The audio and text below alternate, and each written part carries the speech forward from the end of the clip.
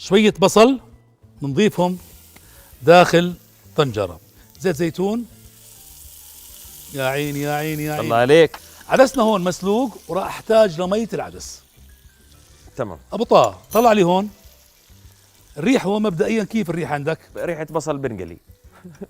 يا زلمه جاملني يا أبو طه. الله الله، يعني ها، يا عيني يا عيني. جاملني يا ابو طه، ريحة جاملني بصل بنقلي يا ابو عون بزيت زيت. جاملني يا ابو طه، يعني لو ملح فلفل، ايوه ها زبط. ريحة بصل بنقلي بزيت زيتون مع ملح وفلفل. طبعا استخدموا اي نوع باستا بدكم اياه. انا اليوم مستخدم نوع باستا حلو هيك بناسب الطبخه. بينا سباجيتي، اي شيء بدكم اياه، اي نوع باستا عندكم استخدموه. فبنضيف الباستا، كوبين باستا حطيناهم مع البصلات. يا عيني يا ابو طه يا عيني، شايفين؟ خليها بس هيك تاخذ لها شويه نكهات. الان نيجي على عدساتنا. اها عدساتنا يا ابو طه تمام. بنضيفهم وين؟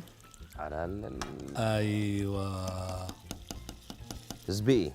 ست زبقي. هاي اكله سريعه يعني التناول. شويه ملح.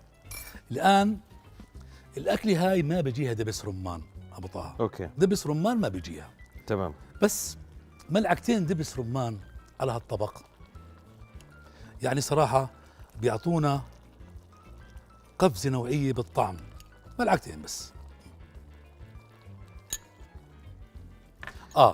بعد الفاصل بدنا نسوي لها ابو طه دقة ثوم مع كزبرة ونطفيها فيها.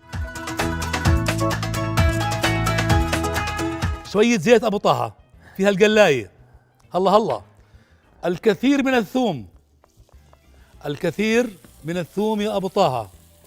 بدنا نسوي تقلاية هسه يا ابو طه. احنا بدنا نسوي تقلاية بالثوم والكزبرة ونضيفه على الست زبقي او الرشتاية او رقاقة وعدس اللي انتم حابين تسموه.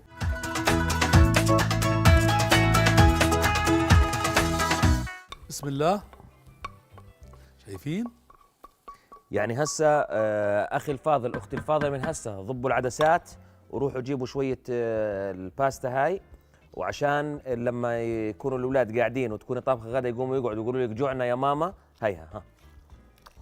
شو ابو طه وضعك؟ الختيار والله يا هالختيار انه حوسك زعتي.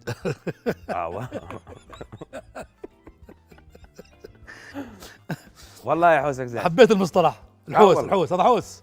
والله انه حوسك زعتي. الله يزاد قلبك. والله